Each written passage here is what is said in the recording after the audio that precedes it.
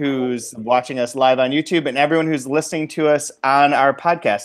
This is Chad Post from Open Letter Books, and this is the 2-Month Review, a weekly podcast in which we talk about a single book, section by section, bit by bit, week after week. And we are currently talking about Georgi Gospodinov's The Physics of Sorrow, which was translated by Andrew Rodel from the Bulgarian, and which we've been working through over the past, I believe, 8 episodes now. Or this is episode 7, I think. Episode 7. So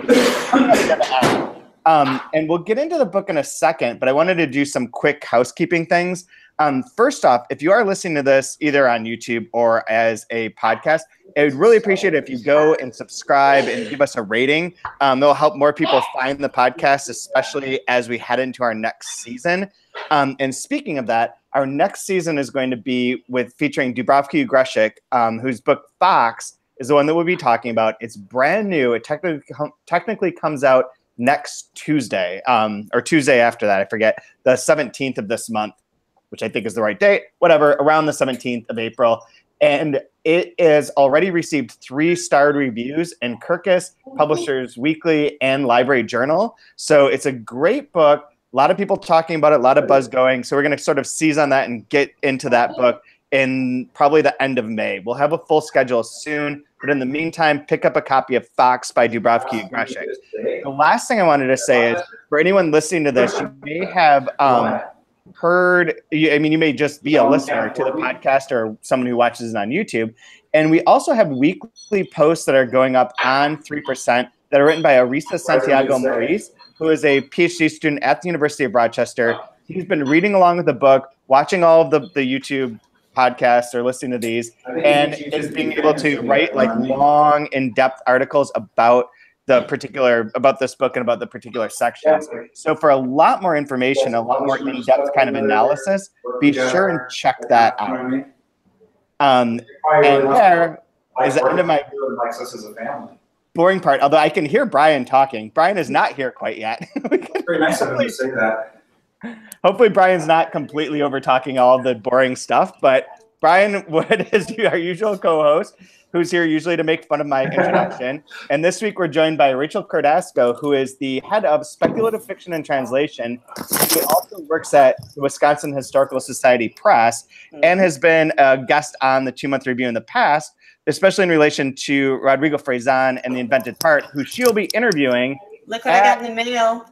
Oh, licky, you got licky, it. licky, Awesome. Licky.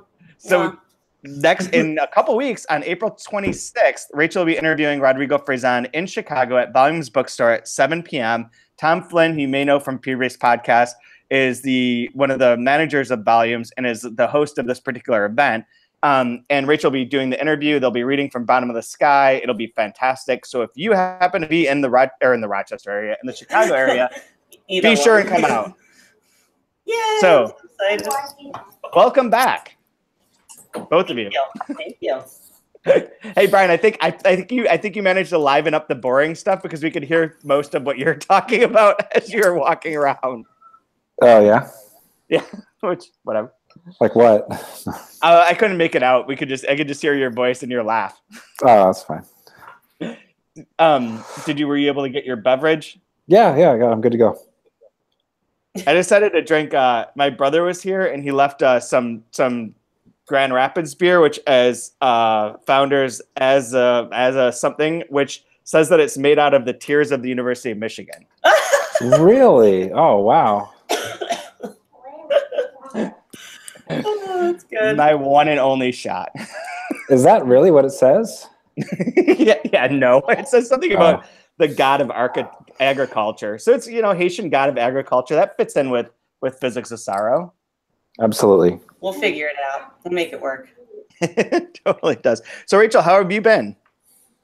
I've been good, but for the first 3 months of the year, we were all just like sick with 4 different viruses, and it just like went the rounds of the family. Just as the last person got better, the next person would get sick. So I feel like I'm still getting back to the land of the living. That's the worst. Yeah, I'm so behind in just everything. I don't even know anymore what month it is or whatever. So, how is the speculative fiction and translation? You have both a blog and a podcast now, correct? Yes. So the website is going to be 2 in May, and it behaves better than my 2-year-old daughter, but whatever. And the podcast, I have I've recorded 3 episodes so far. And it's basically just information about the past month, stuff and translation that's come out, interviews, other things. I'm not trying to be a podcaster. I'm just trying to kind of find another outlet, way to convey information for people who are too busy to look at the site, but who, commute and want to listen. So far, people have said it's useful. So that's really what I want. I heard that there's a new TV show starring Zach Braff that's all about being a podcaster. Yes, I've heard about it. We don't really watch like TV. We just rent DVDs and right now we're watching Bond movies. So I don't know anything about TV now. I heard Roseanne's back. That's all I know. Roseanne's back and Trump loves it. Okay. I watched Moonraker the other day, and that is the most wonderfully bad Bond movie ever. They're in space with lasers. They're horrible. This one's so good. It's fantastic. And Jaws is in space for some reason. Yes, this is so good. Okay, maybe that'll be better than the first 2. Oh, it's garbage. Whatever. Anyway, which ones did you watch? Just the first 2. So we watched. Wait. Which did we watch? What was the first one? Goldfinger? No, Dr. No. Yeah. And then we watched part of From Russia with Love, something like that. Which has which all I know about gypsies is and Turkey for that matter is from Russia with Love, because it's set in Istanbul, I think, right? Yeah. So yeah, Sean Connery, young Sean Connery, I can look at him all day. So that's Be careful though. I agreed though, to watch it. He will hit you with an open hand, so you need to look out. I think he said in an interview one time, sometimes a woman needs a schmack, or he said something like, wow. That's a really good. I think he said it to Barbara Walters, and she kind of pressed him on it, and he basically said, "I'll schmack you." So he's a hitter. All right. He really is. You know what? You hate on Roger Moore all you want, but he's not somebody that smacks ladies around. He was a time. Is it A View for a Kill? No, that's Timothy Dalton. Oh no! Wait, yeah. That's the one that takes place in Silicon Valley. Yeah, exactly. Okay, that's the last last James Bond movie I saw. That one's great too. Yeah, it is bad. Grace Jones is in that, and Christopher Walken is in that as well. Yep. Yeah. Oh, okay. I'll watch that. Bizarre. And I can't remember if that's the one that has Duran Duran that does the. Oh God. They did the Living Daylights. Never mind. Okay. You're a real Bond expert. I know enough, but not a lot. Yeah, because the real Bond geeks will they really nerd out on James Bond. Yeah, anyone who gets into any particular thing knows more than everyone else. Sure.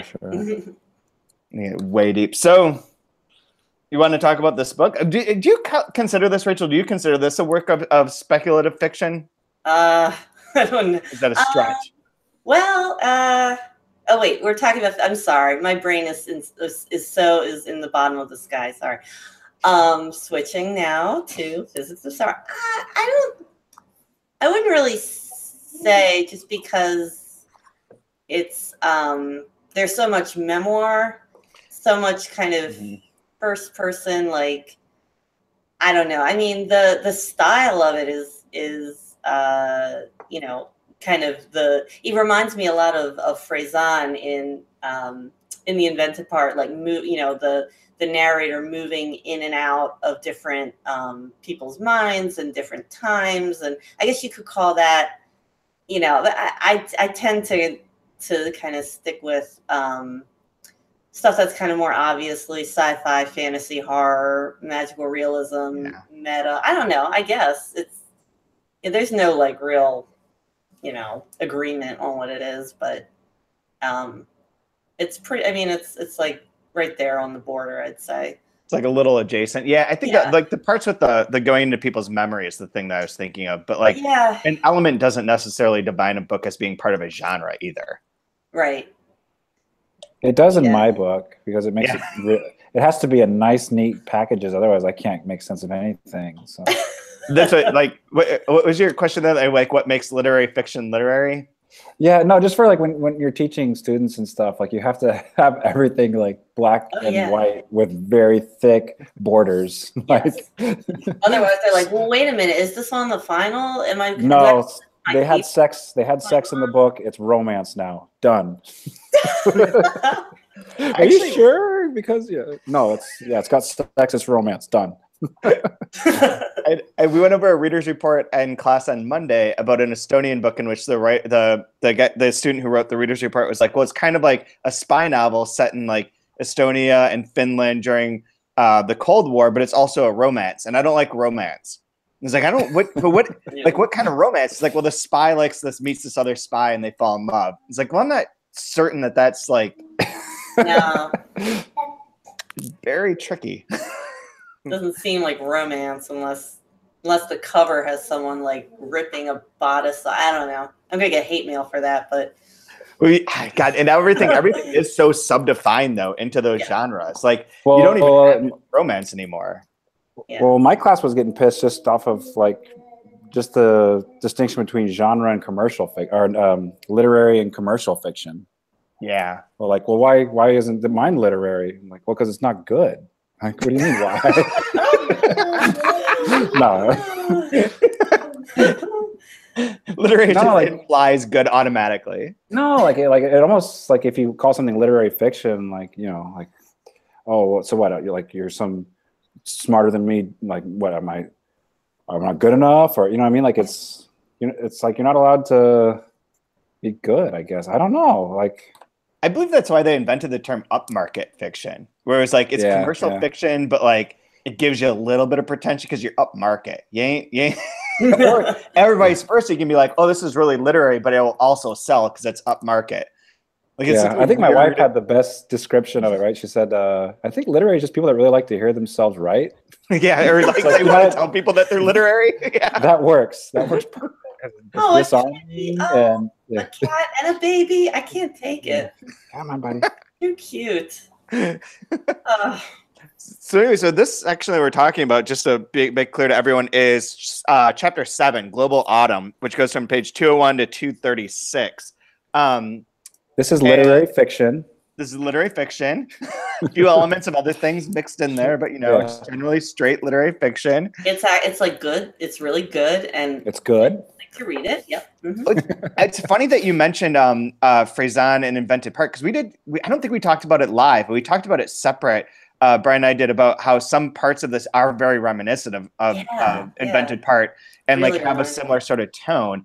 And in this one, this is one of those ones kind of for me. It's not quite doing any of Frazan's bits per se, but the idea that it's like obsessed with both memory and with space, and space being sort of oppressive and depressing or melancholy, and then also like his obsession with lists and answering all the things in lists and doing it in lists. Those two things are right there in a lot of Frazan's writing. Well, too, with Frazan, we were, what was it? Tender as the Night is the kind of like the text that explodes the narrative, and this is the Minotaur story, which kind of is the through line with this one as well. Tender as the Minotaur? Yeah, tender is the loin. No, that's romance. That's not literary. Sorry. And then I like in this one too, it does have quite a bit of pop culture in it, but the pop culture stuff is to kind of temper, it's set through the lens of, if you're in a socialist, coming out of late socialism with pop culture versus, with Frazan, it's like this like bright explosion of pop culture, right? This kind of all has that gray autumn feel to it. Definitely autumn. Global autumn. It's a perfect section to be talking about today. Oh God, it's snowing here in Wisconsin. See? Yeah, I think it was snowing in New York yesterday.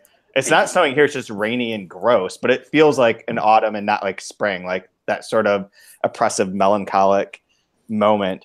Well, he also reminds me the way, especially with the question of how are you when someone asks you how are you, you know, it's the same, like diving in and kind of like not wallow, like just kind of lingering, kind of within the like mundane things of life, you know, just not like, you know, making a plot point and moving on. You know, both of them seem to like to dive in and kind of riff, but you know, riff very, you know, like I wish my brain did that. You know, I remember thinking, and I know that this is not a reflection of their thought pattern, but it makes you think that this is how they're thinking, and it's very close and it's very patient, which I think is one of Frazan's things about, like, we're all so, you know, our attention spans suck and we're so distracted by our phones that we don't have time to just sink into something like a thought, you know. So that was really reminding me of the invented part too. It's interesting because go ahead. No, you go on. Okay, mine's probably better than yours. Oh, I'm so sure. It's probably best that I go, I think. That way I can just forget mine along the way and it's better. That's the hope. No, because it's almost like in a fast-paced life that we have, you treat this as like semantics or something, like, oh, you know, whereas to me, it's almost like a very thoughtful interrogation of kind of breaking something down into smaller parts and looking at each part. It's kind of fun to take it all apart and then put it back together. Something so simple that you would never.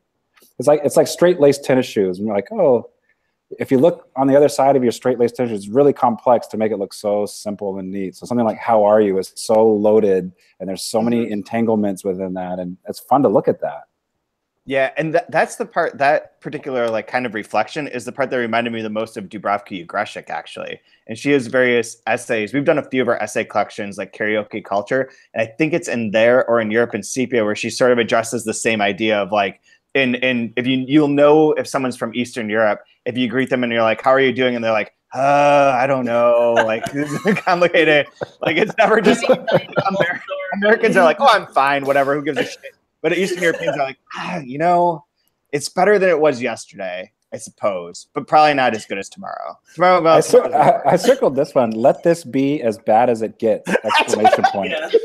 Because I'm like, that is strange. Like a very Jewish response. Like, yeah, I was about to say. You know, you find someone, you're like, how's it going?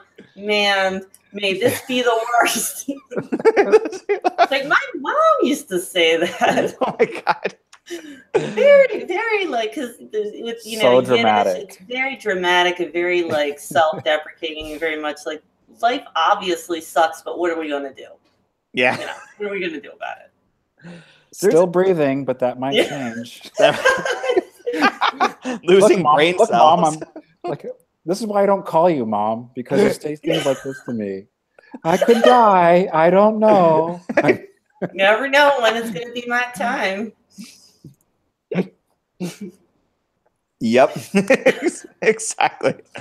That's one of my favorite parts in here, and it's like does seem to have like a bit of the Jewish humor, but it's also so particular, that Eastern European kind of self-deprecating vibe to me. Like, so many of these books that we do that are from Eastern Europe, that's the sense of humor. Like, it's not like that kind of over-the-top jokey, sort of flashy, more traditional American thing. And it's not really like a British sense of humor where it's the kind of snarky, ironic bit, but it's more of this just sort of, well, you know, we're starting from a baseline of like, things are crappy. Yeah. They're going to be crappy. It's a very like logical, just kind of like straight up view of life. I mean, you're not going to find that many people being disappointed, you know, because they're already disappointed with life. Yeah. So just, you know, there's nowhere to go but up, I guess. Well, just a couple pages later, it says, you know, 1968 never happened here. Oh yeah, yeah, right. So, so like love and freedom of expression and all, like, yeah, that shit never happened here. But everybody was also like assassinated then too. So, well, true, but you know, it wasn't all flower. Right? Yeah, flower power, and like we never got that. We went straight to Yugos and concrete walls. Oh God, It is so true and so sad. That also like kind of ties into the idea of this empty space in the saddest place in the world, which I love. This has to be one of my favorite parts of everything. Yes.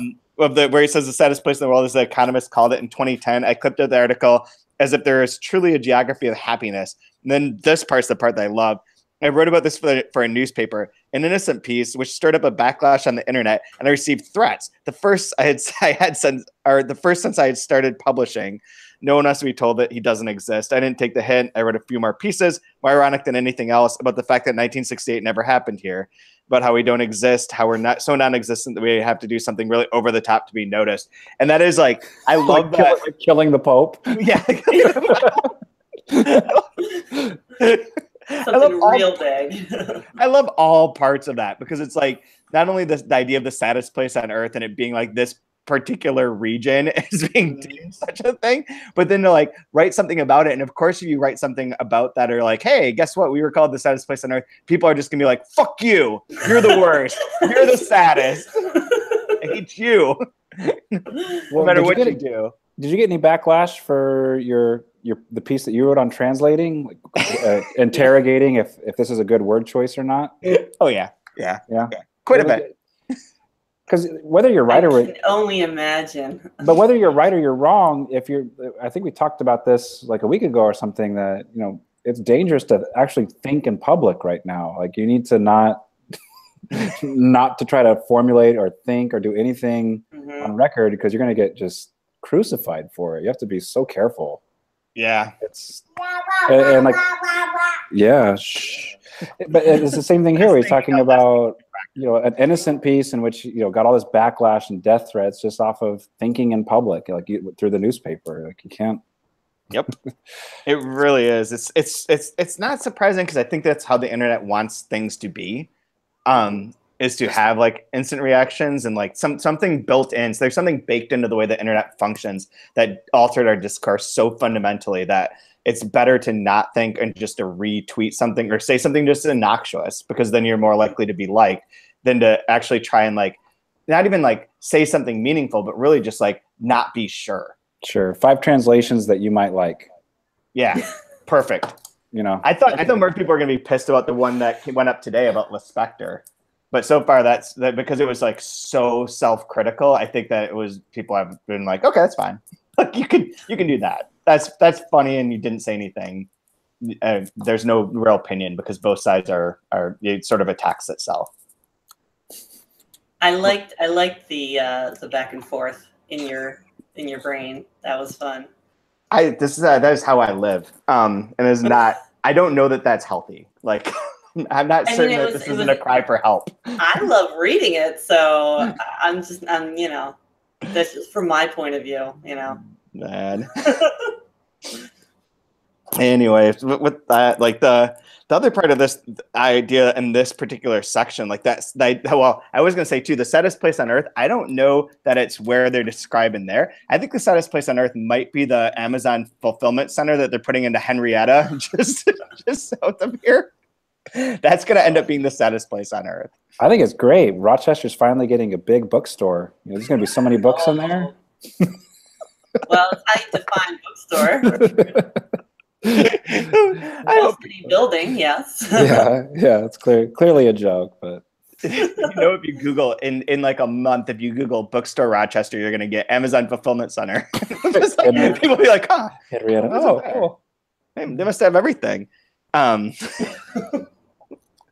For this was announced today, which is why we're sort of joking about it. But there's the idea of like all these spaces too, and like the idea in here of like travel, which does come up in Faison too, and in a lot of other people's work. But like that, most recently I read Olga Tokarczuk's Flights, which has similar sort of bit of like always being in motion and this going from place to place, and that's not very fulfilling in a lot of ways. I mean, he does have like the physical manifestation of that when he breaks down in Finland and has to be hospitalized. But there's also just like that. There's a line towards the end here where it's like, I got done with this year of travel and all I had were a bunch of notebooks. Yeah, like 233. Unless my journeys naturally came to an end, I returned to the saddest place in the world, shattered. All that remained from several years of hotels, airports, and train stations were a couple of notebooks filled with hastily jotted impressions. Like the smells of places. I like the smells or the signs, like Impressionism toilets. They're that way, or you know, there were some really neat concrete details that you could tell must have been. He actually must have seen this and taken it from his notebook because it seemed too on point and perfect to be invented. It's true. Very true. And like even like the going with the traveling, just the hotels too. Yeah, he on 222 he was saying in the memory of hotel section, he says, I'm developing a peculiar kind of memory for those memoryless places, hotels. The ideal hotel room, he sets out, the ideal hotel room shouldn't, recall anyone's presence. It should just be totally clean and spotless, and no one should ever know that anyone was ever there. And then he goes on to, describe each hotel room and what made it, very specific, like the one in Helsinki, the one in Pisa, the one in Paris and Prague. And as if he's, again, it seems a very similar thing that Faison is doing, where you're catching a memory and like almost, like pinning it, trying to say, nope, there was something specific about this one. We are not moving through a succession of empty, meaningless hotel rooms where our existence is, worthless. I left an impression, someone else left an impression, we're alive. There's some sort of meaning here. Which is, I don't really think about that when I go into a hotel. I'd really like it to be like, I don't want to think of who was there before me. I don't want people to think of me like, who was here before me. I don't want that, but he likes to make that very real. That's true. Yeah. And it does have that kind of concrete, the physical presence with his consciousness inhabiting it. And then on certain ones of these, he ties them into authors too. So you have Bovard and Pekachet, you have Pessoa.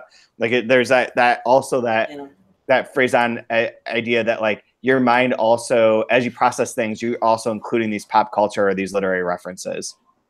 Or, I guess Bovard and Pekachet is upmarket fiction. I don't know. So.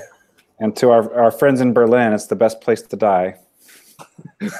Who wants to live in Berlin? I'm here to die.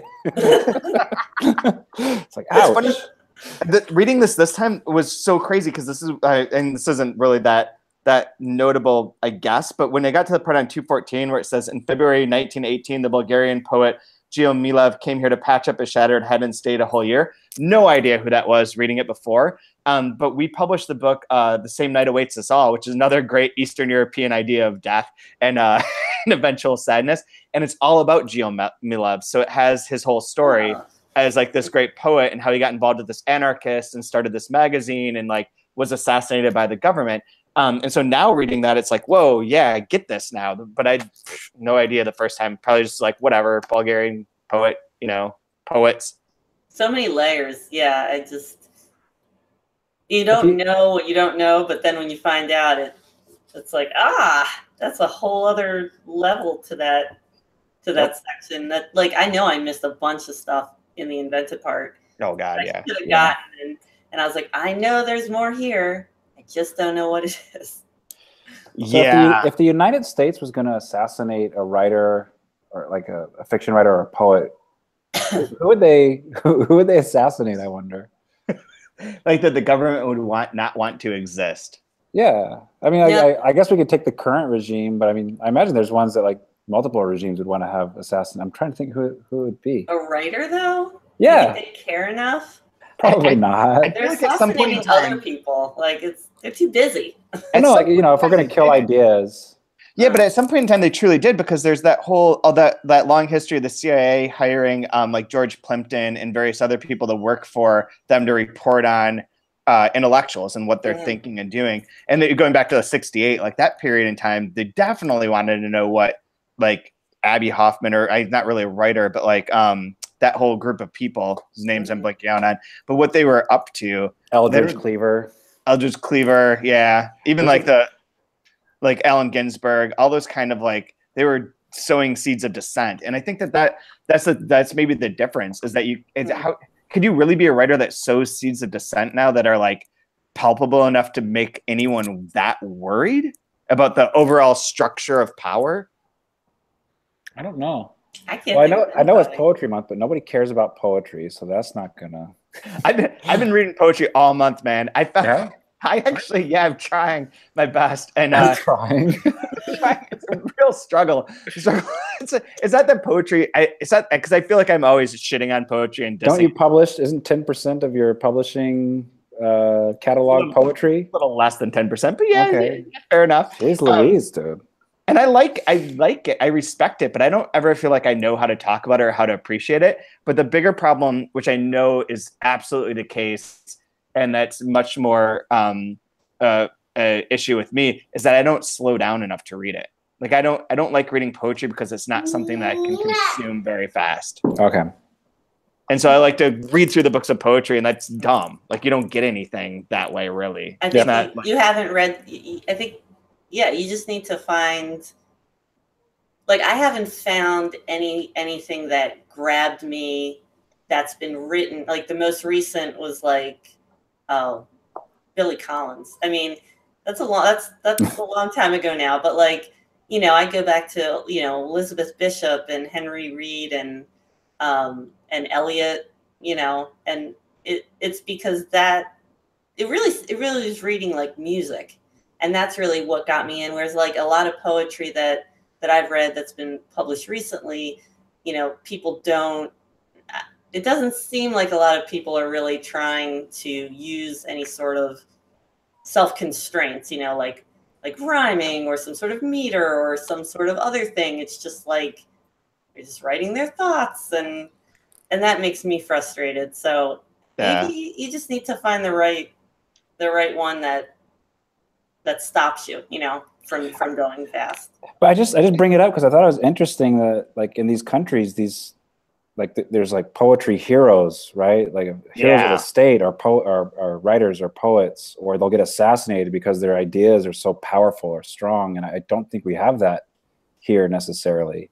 Like I remember reading the first time I encountered this was when I read Bolaño's Distant Star, and it's talking about the hero poet that would skywrite or whatever on an airplane. I think I have that right. I don't know, but it was like, well, one, why do people like a poetry person can't be a hero, and two, but like, yeah, it's just it's a weird thing that seems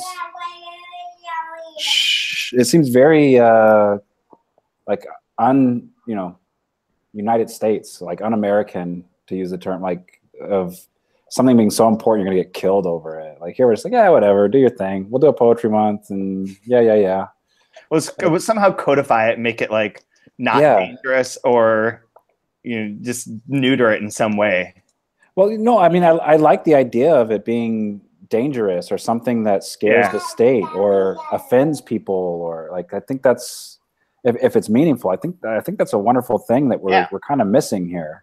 I think it's back to what you said about how people are so scared to say anything. That it's like, well, I'm going to offend this group of people. But what you're talking about reminds me of when I read something about the Irish. I think he just was a dramatist. Jam Singh. And whatever, one of his plays. People went to see it and they rioted afterwards, and I was like, amazing. Man, when do you go and see something and you're like, you feel that strongly about it that you riot? Dude, I love that story.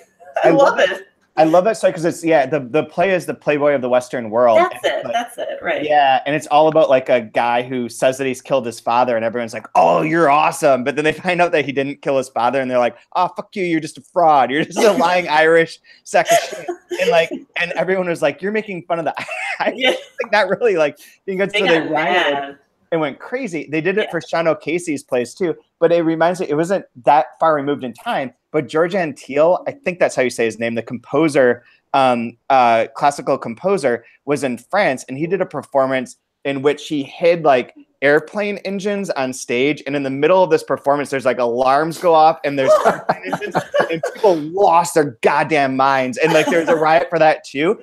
And that was a period of time in the 20s and 30s where people would, they would absolutely riot and like get all offended or like just be like, hell no, art's meaningful. You can't do it this way. Yeah. Now it's like, it sucked. Let's go, eat dinner or something. Is that poetry on Twitter or Instagram? Instagram poetry is the big thing now. That's what everyone like. That poetry book sold like 300,000 copies. What? There's like an Instagram poet, and her book sells billions of copies, or 300,000. Don't tell me these things. Hooray! No. I'm going to tie this together with poetry though for one more second. So we know Gospodinov is a poet, and this all does fit together. Today I got a package in the mail from Angela Rodell, the translator whose music from Splendor and Misery, what's the name of the song again? Oh, Stars and Babies, opens and closes the podcast. Well, she sent me her CDs. They finally arrived, and this book, which is From One Sky to Another, 2 translations from Bulgarian into English. And it has a whole poetry section. And I was hoping that it had one of Gospodinov's poems in here, but it doesn't. So, or else I would read that. But it does happen to have the very first one I opened up to is a poem that's translated by a Bulgarian translator who's coming here to Rochester in a week to do like a 3-week residency. So all coincidences, all things Bulgarian, all ties together. Poetry. I loved Angela's interview. I thought that was great. She seemed, I like could listen to her talk about translation. I knew nothing about Bulgarian literature, but it was just fascinating. It was real. I was like, wow, I have to go after her. I mean, it was my fault because I wanted, I said, oh, I'm not going to be alive until like April. So, you're like, man, I can't follow that. Like, how are you? We'd like to be on this. Well, I don't know that I'll be breathing come April 1st. So I wasn't sure. I wanted to be honest with you, but I really wanted to do it. So I was like, well, one of the last ones will be great. And then, I think you're doing great. Yeah, Thank I think so too. I am breathing, so that's good. I like this section too because it does sort of hint back towards without being so explicit, hints back towards that Minotaur as being the melancholy place, because it does have that reference. I guess it comes through the reference to the labyrinth, that there's the bit about the labyrinth is frustrating because it's not because it's where is it? The labyrinth is someone's fossilized hesitation. The most oppressive thing about the labyrinth is that you are constantly being forced to choose. It isn't the lack of an exit, but the abundance of exits that is so disorienting. Of course, the city is the most obvious labyrinth. Barthes points to Paris as a model. The labyrinths of the center and the outskirts built by Haussmann, and then talks about being lost in the city and all these sort of exits and the choices and the options of that. And that sort of in some way kind of, for me anyways, led back towards the Minotaur, and like the idea that the Minotaur is in this labyrinth, or that people going into the labyrinth aren't going to end well either, but he's in there with all these choices, all the space, no way out, and is constantly stuck there. And in a way, the narrator becomes the Minotaur in this section of being in the world of which there's all these places you can go, and every place is a dead end of a hotel room or like an airport, and isn't going to be satisfying, and you're just there as a sort of like sorrowful, melancholy Minotaur. This is a pretty drag of a section. Well, and I just, while you were talking, I was just looking back at 219 again, directional signs in the Museum of Fine Arts. Yeah. And they're all pointing the same way too. Yep. So you're like, you got your romanticisme, impressionisme, and all that other stuff. And it's all in the toilets. It's all over there. And, and so it kind of is, I mean, it's like, well, if they're all over there, where are they? I mean, once you get there, which way do you turn? It's like when we went to the Louvre, we got so lost. I mean, I thought we were going to die there. we got so damn lost, and we kept going up to the people, and like, I was using French. I know I was speaking French, and they knew I wasn't French. So they were just like, really? And I kept saying, I want to go to the street. And they kept saying, next exhibit. And I was like, no, the street. I swear, I don't know how we got out. Oh, you want a Banksy? No, I don't. I want to see Banksy. You went through street. You went street art. I want to go. No, I want to leave. I want to get out of here. I want to get the hell out of here. Let me go out. Let me get out. I don't know. I think we had to go down to like the bowels of the Egyptian art, and somehow my husband found like the way out, and we like stumbled out like, oh my God, that was close. You know, that's just what that reminded me of. And so I guess this book is really, it's making me remember my experiences with signs as such a labyrinth in the Louvre. And they do it on purpose. They don't want you to leave. No, you just keep them. They don't. Just keep you roaming around forever. I think that's the goal. But there's always, every year, every fall, there's one of those stories that comes out of like some family that went to a corn maze in the middle of like fucking Ohio, and it all goes down, and they're found by a dog 3 days later. I won't go in those things. I just want That's traps. Maybe not being from the Midwest people are more used to it. I don't know. I'm not doing it. I will never find my way out. Are you kidding? Who was the first person, hey, you know what we ought to do is just make a big ass maze in the corn. Ain't nobody going to eat corn. We might as well make a maze. Occupied. You're getting a lot of praise on the chat for your accents, Brian. Oh, thank you. I've been working on them. Comedy, yeah. But yeah, like you want to be semantic. First, you have to build an observation tower in the middle of your flat ass field so you can see where folks are. You have to plow draw it up. So it's probably like on some, giant Denny's menu, drawing up your corn maze or whatever. It's something to do. Yeah. What the hell? You could have adopted like 80 kids and fed people, but no, you're gonna make a dumb maze in the middle of your field, wasting gas and food and building a tower and just so people can go die and have a dog find them 3 days later. Yeah. This is why we're not assassinating poets in the United States. Saddest place in the world. Yeah. There's a corn maze in Henrietta too. Perfect. It's right next to the Mormon tablets or whatever. We got everything out here. It's true. It's very true. Oh man, there was a lot I identified with in this because I did the whole go through Europe thing, and like I could definitely identify with that. When he talks about seeing a fight in person close up for the first time, that's my line. Okay, yeah. Tell me, do you have a fight close up story? No, but that's my favorite. My favorite line is that one from this section. Okay. So I'll just give it now and let you go on. But my favorite one is, I now realize that my only experience with fights is from movies and literature. Yes. Which I feel. Yeah, because.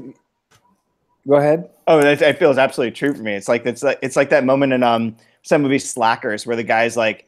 There's the one character that's stuck in the house with all the TV screens, and he's like, I went outside once and like I saw this guy get stabbed, and like the blood was all the wrong color, like the tip was just way off. Is not real. I was like, why would you even try? I really wanted. I felt like he was talking to me. I don't know. It just seems so much of a conversation. Where I was just like, why would you even get involved? I mean, what drive, I would have run so fast, but then again, it depends on, like your experiences. I think maybe most women would not have gotten involved. Maybe if you're a guy, if you are really strong, it would be different than if you weren't. I mean, it's kind of like, well, why would you get involved in that whole other, thing going on that you would? I mean, he wound up getting hurt and having to pay for the window. It's like, you knew that was going to happen, right?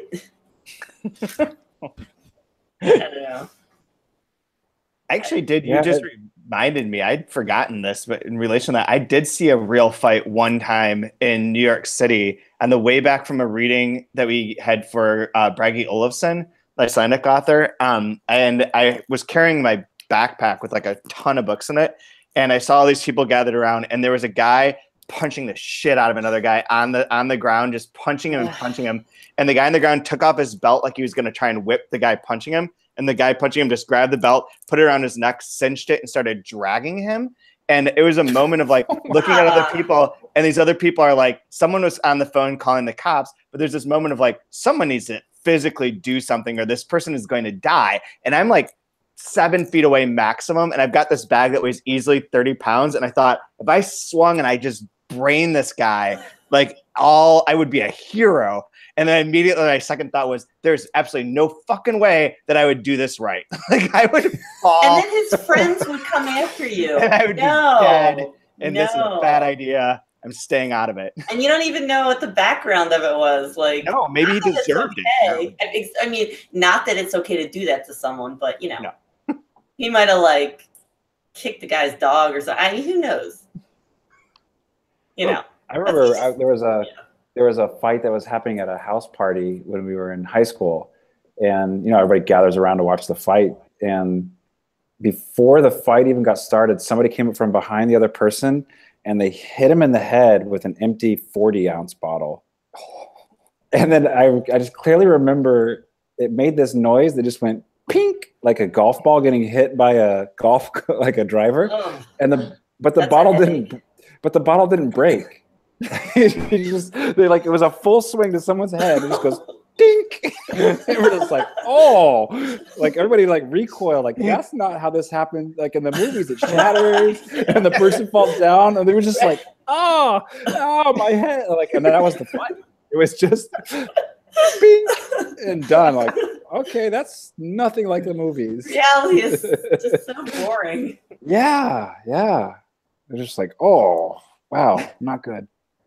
I usually think though, like we say that line of like, I only know fights from the movies and literature, but I feel like I mostly know them from movies. Like I can't think of a really well defined fight scene from a book. I might just be blanking out though. You're not reading enough commercial fiction. You're only reading literary. God, you're right. That's exactly. Literary people are too refined. They just stab each other with words. If you read Street Fighter 2 fan fiction, I mean, there's some killer fights when Guile goes up against Ryu or something. Like, oh man, jab, fierce. I mean, what about a fight between like a bear and old ladies? What? Yeah. No, seriously. One of the best books I've ever read in my whole life, and I don't know why, but like it's called Dendera. It's a Japanese book, and of course, it's a guy. It's about old women. There's like a ritual in a village where old women who are about to die are left on a mountain, and they're supposed to just kind of like die. And I don't know. It's a way to keep the people from like sucking in all the resources of the village or whatever. And but instead, some of these women have decided that they don't want to die, and so they've started this village on a mountaintop. And half of the problem is, they have to stay alive somehow. And there's a hungry mama bear and her kid. I don't know. It is the most gory, like detailed and just disgusting. Like the bear, just like entrails, like ripping out. And I don't know. This is not my thing usually, but the book is so amazing. But yeah, that's what I think of it. I think of a fight, a bear and an old lady. So like I read the book Battle Royale, which I believe was Japanese as well. And it's like 7th grade kids obliterating each other. Yeah, they're hardcore with the Japanese. No, they're not though, because they blur out pornography penetration. So like you can't do that, but like old ladies can get disemboweled by bears, and 7th graders can kill each other with pipe wrenches. But oh, good God, let's not look at two people have sex. That would be uncouth. That is an interesting culture. I'll tell you that. Yeah. It would take a lot to get used to. Yes, it's so different. We went way off the rails. We're talking about bears killing ladies. There's a fight. There's a fight. We got the fights here. There's your literary fight. Mm-hmm. That's how a book should work, man. Sparks all kinds of other ideas. Yeah. The other part the part that that I identified with wasn't so much the word choice, but the bit of like running into someone and like, oh, hey man, how are you doing? And being like, I have no idea who this is. And like, like so much. I feel like that happens to me when I wake up at home some days. Where I'm just like, oh, wait a second. I need to justify who you are. Like, oh, you're my kid. Justify your existence. That just sometimes the wrong words. But that part with that, I meant to greet you, Brian, when you came back as Senior Schlong, but I forgot. All right. It's such a that's I don't know what that would have been in the original Bulgarian, but I love that Senior Schlong is part of this one. I haven't been called that since I was a Boy Scout leader.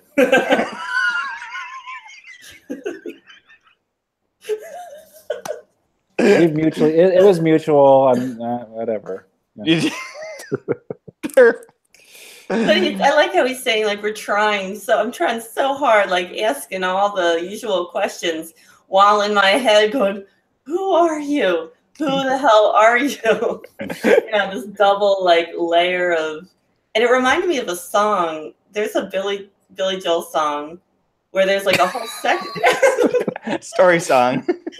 There's a whole section where it's like, I'm great, the kids are great, how are you? Haven't seen you in forever. And it was like the exact same conversation that was in here. And I remember thinking, that's just the weirdest thing to put in a song.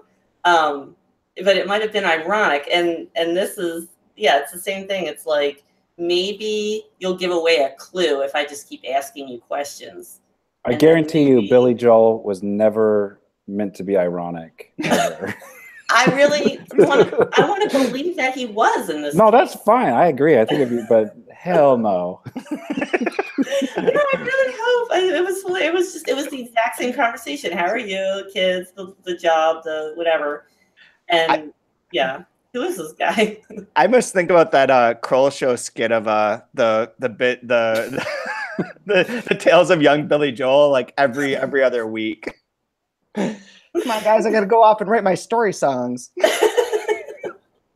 I like Billy Joel. It's kind of like, it is interesting though, bringing up Billy Joel in this, that there's a lot of room for pleasantries in the United States. That, like, depending on if you actually had real hard problems, those pleasantries are gone, right? Like, how are you is like kind of offensive in a way. Like, really? You're going to come ask me, like, you know how I am? Like, we both live in the same shithole together. Like, what do you mean, how am I? We live in the saddest place on earth. Yeah. Like around here, we're not like, we're not being killed by, drone strikes from the sky, and we're not having public beheadings. Crazy weather we're having today, isn't it? Like, we have There's sold out a garbage place at Wegmans. I don't even know what to do. Yeah. Oh, my Wi-Fi has been so spotty. What Wi-Fi do you have? Like those. I know it's like, it's like, oh my God, what happened to my internet? Yeah. Wait a minute. Wait, is the world ending? Because I mean, it could end. It could be ending. That could be a reason. I can't even update my phone for 3 more months. Like, I'm not even sure. I'm just kidding about that. So I don't know. Are there any other last things that you guys wanted to talk about or bring up, or do you have a favorite line? My favorite line was, well, it's not a line, but it's the whole sequence on 206 where, oh no, okay, oh man, I have so many. Okay, never mind. Top of, I'm gonna do 2. I'm just gonna do 2, okay? The top of 206 is my first one. You sound just like my wife when we're ordering food. Like, what are you going to order? It doesn't matter what I'm going to order. Just get your food. Just pick what you want. It's just pick it. Voice. Okay. I needed a new shield of Achilles against bullshit. Yeah, that's perfect. Good pick. And then below that, how are you? How are you? How are you? How are you supposed to answer that? Yep. You can just hear it. Like, how am I supposed to answer that stupid question? It's a great page. It's my favorite page. It really is. Right next to that, one of the responses that I underlined that I then starred was, "We're fine, but it'll pass." Yes. yes. I feel like that's my usual Tuesday. Any That got better will be the highly acclaimed ha. That's a very good. That's very high regards in my note taking. I have he, if you can see that. Oh, there you go. Yeah. That's awesome. Brian, do you have a line? I liked on the first paragraph on 223. The whole evening, I listened to the bed and the room above me creaking in precise, robust I am. A thought crossed my mind, and I wrote it down. The cheaper the hotel, the more furious the fucking. I like that too. It was only because this was, again, another thing that, like, you're hungry? Okay, one moment. Sorry, Daddy said a naughty word. I was staying in a hotel in San Diego. Cook you some food? Okay, one moment. It's kind of late for food. Go ahead and cook you some food? Okay, you just have to wait 1 second. I was staying in like a super cheap... Yes. Yes, I will. One moment. We're almost done. You go ahead. Well, apparently I have to go cook food. But, you've been told. This is about the time for a child eating joke. Oh, I know. I stayed in the cheapest hotel I could find in all of San Diego, and the people next to me were just going at it all night long. It was so stinking loud, like ridiculously loud. Where like I was just like, all right, cool. Like, it's the walls what were it thin. is. It's what the walls are thin. And so I'm like creating in my mind who these people are, and like they have to be athletic because like holy cow, the stamina, incredible. And then I'm leaving, and they're coming out. You cook me some food. Okay, you think you're... You go ahead. So, okay, 1 second. So after this all night long marathon session they've been doing, they come out and it's like the most overweight, like they have to have like the red cart. Like, how do they do this? This is incredible. Like it was my expectation of what was reality was completely subverted, and I'll never forget it. But yeah, cheap hotel, and yeah, it's furious. Fast and furious. Oh man. Okay. I guess we can round it there. One last reminder that next week we'll be back on Mondays. We'll be talking about the next part of the book, which is Elementary Physics of Sorrow. And as always, be sure and check out Santiago's posts that he's putting up every week on the 3% website. He's getting way into depth into the book, even more so than we are. And with less fewer like off topic jokes. I suppose like the which is a great compliment to what we're doing here. And everyone should go check those out, read all of those. We'll put them all into one place once they're all finished. But until then, I have nothing else to add. Except that Isaac's hungry, Brian. I gotta go to make her some food. I gotta go in the kitchen and cute. I gotta go cook some food right now. Daddy, it's my turn to talk to Chad. Oh, okay. You want to talk to Chad? We'll do it after we're done with the podcast. We have to sign off real quick, okay? That's perfect. Take care, guys.